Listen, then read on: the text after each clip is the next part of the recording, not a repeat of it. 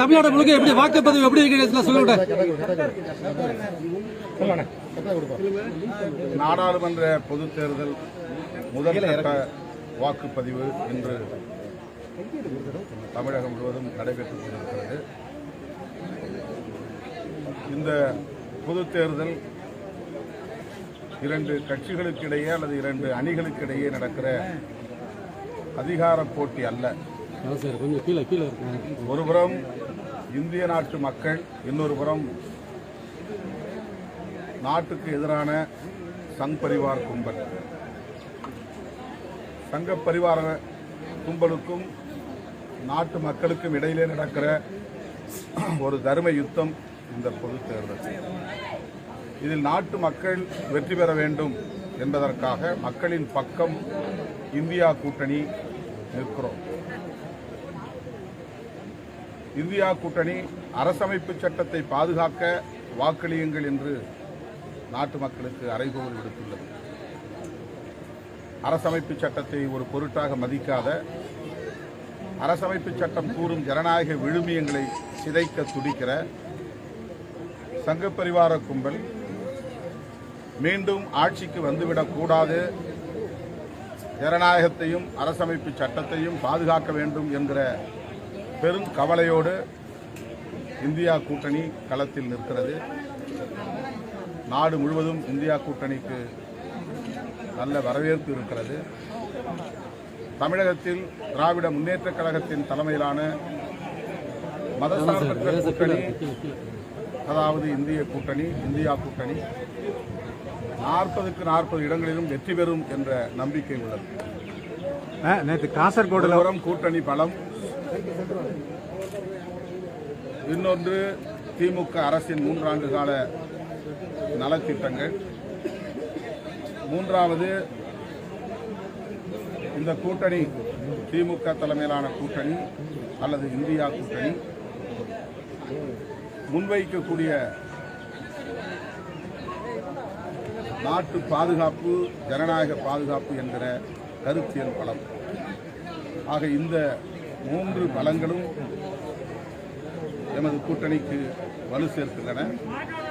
ஆகவே பாண்டிச்சேரி உட்பட 40 இடங்களிலும் திமுக தலைமையிலான கூட்டணி வெற்றி பெறும். இந்த தேசத்தை மீட்பதற்கான தீர்ப்பை தமிழகத்திலிருந்து எழுத தொடங்குகிறோம் என்பதை அறிவிப்பதற்கான நாள்தான் இன்றைய வாக்குப்பதிவு நாள். தமிழக மக்கள் இந்தியா கூட்டணியின் அல்லது திமுக கூட்டணியின் பக்கம் நிற்கிறார்கள். எனவே ஜனநாயகம் பாதுகாக்கப்படும், அரசமைப்பு சட்டம் பாதுகாக்கப்படும், டெல்லியிலே பாசிச பாஜக அரசு தூக்கி எறியப்படும், இந்தியா கூட்டணியின் ஆட்சி மலரும் என்ற நம்பிக்கை. சார், ஒவ்வொரு பூத்திலையும் பெண்கள் கூட்டம் அதிகமா இருக்கு. நீண்ட வரிசையில் நின்று வாக்களிக்கிறாங்களா? ஆர்வமா சொல்லி பெண்கள் தமிழகத்தை பொறுத்தவரையில் திமுக அரசின் மீது இருந்த நன்மதிப்பை கொண்டிருக்கிறார்கள், நம்பிக்கையை கொண்டிருக்கிறார்கள். 1,16,00,000 பேருக்கு மாதம் 1000 ரூபாய் கலைஞர் மகளிர் உரிமை தொகை வழங்குகிற அரசாக திமுக அரசு விளங்குகிறது.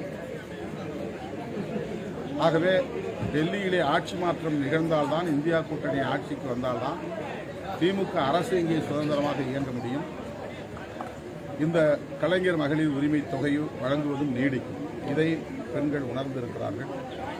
ஒருவேளை டெல்லியிலே மீண்டும் பாசிச பாஜக அரசு வறுமையானால் அவர்கள் ஒரே நாடு ஒரே தேர்தல் என்கிற கொள்கை அடிப்படையில் பாஜக அல்லாத பிற கட்சிகள் ஆளுகிற மாநில அரசுகளை கலைப்பதற்கும் துணிவார்கள். அப்போது தமிழ்நாடும் அவர்களின் இலக்காக மாறிவிடும். அப்படி ஒரு நிலை ஏற்பட்டால் கலைஞர் மகளிர் உரிமை தொகை வழங்கப்படுவதும் நிறுத்தப்படலாம். எனவே அப்படி ஒரு நெருக்கடி ஏற்படாத வகையில் தமிழ்நாட்டில் 40க்கு 40 திமுக கூட்டணி வெற்றி பெற்றால் அது இந்தியா கூட்டணி ஆட்சி மலர்வதற்கு ஏதுவாக இருக்கும் என்கிற அடிப்படையில் பெண்கள் திமுக கூட்டணிக்கு ஆதரவாக வாக்களிக்கிறார்கள் என்று நான் நேற்று முன்தினம் மாதிரி வாக்குப்பதிவில் கேரளாவில் காசர்கோடில் ஒரு பட்டன் நடத்தினா 2 பாஜகவுக்கு வாக்கு விழுந்துச்சுன்னாங்க. தேர்தல் ஆணையம் மறுத்திருக்கு. உச்சநீதிமன்றம் மறுத்திருக்கிறது. தேர்தல் ஆணையம் நேர்மையோடு செயல்பட வேண்டும். தேர்தல் ஆணையம் ஆளுங்கட்சிக்கு, அதாவது இப்போது டெல்லியிலே இருக்கிற பாசிச பாஜக அரசுக்கு சாதகமாகவே செயல்படுவதாக தொடர்ந்து அனைத்து தரப்பு மக்களாலும் குற்றம் சாட்டப்பட்டு வருகிறது. அந்த ஆட்சியே தொடர்ந்து நீடிக்கும் என்ற எண்ணத்தில் அவ்வாறு அவர்கள் செயல்படலாம். அது தவறு. தேர்தல் ஆணையம் இந்த நாளிலிருந்தாவது நடுவு நிலைமையோடு ஜனநாயக கடமையை ஆற்ற வேண்டும், எந்த ஒரு சார்பும் இல்லாமல் செயல்பட வேண்டும் என்று தேர்தல் ஆணையத்திற்கு வேண்டுகிறேன். நான் ஆந்திரா, தெலுங்கானா, கர்நாடகா, கேரளா ஆகிய மாநிலங்களில் எனது கட்சி வேட்பாளர்கள் ஏறத்தாழ 20 பேர் போட்டியிடுகிறார்கள். அவர்களுக்காக நான் அடுத்த கட்ட தேர்தலை ஒட்டி பிரச்சாரம் செய்ய. நன்றிண்ணா. ஓகே.